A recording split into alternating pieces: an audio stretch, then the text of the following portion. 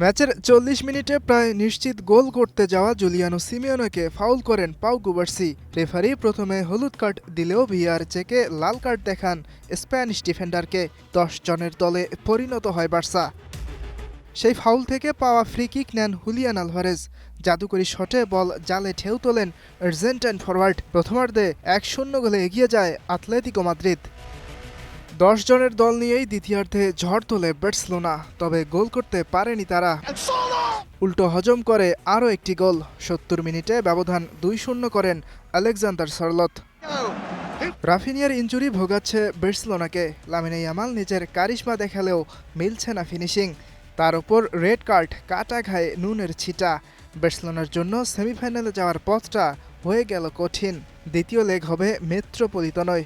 সেই ম্যাচ ২ গোল পরিশোধ করে জিততে হবে হান্সি ফ্লিকের দলকে। এর আগেও দুইবার চ্যাম্পিয়ন্স লিগের কোয়ার্টার ফাইনালে মুখোমুখি হয়েছিল দল দুটি। দুবারই বিদায় নিয়েছিল বার্সা। এবারও দেখা দিয়েছে একই সম্ভাবনা।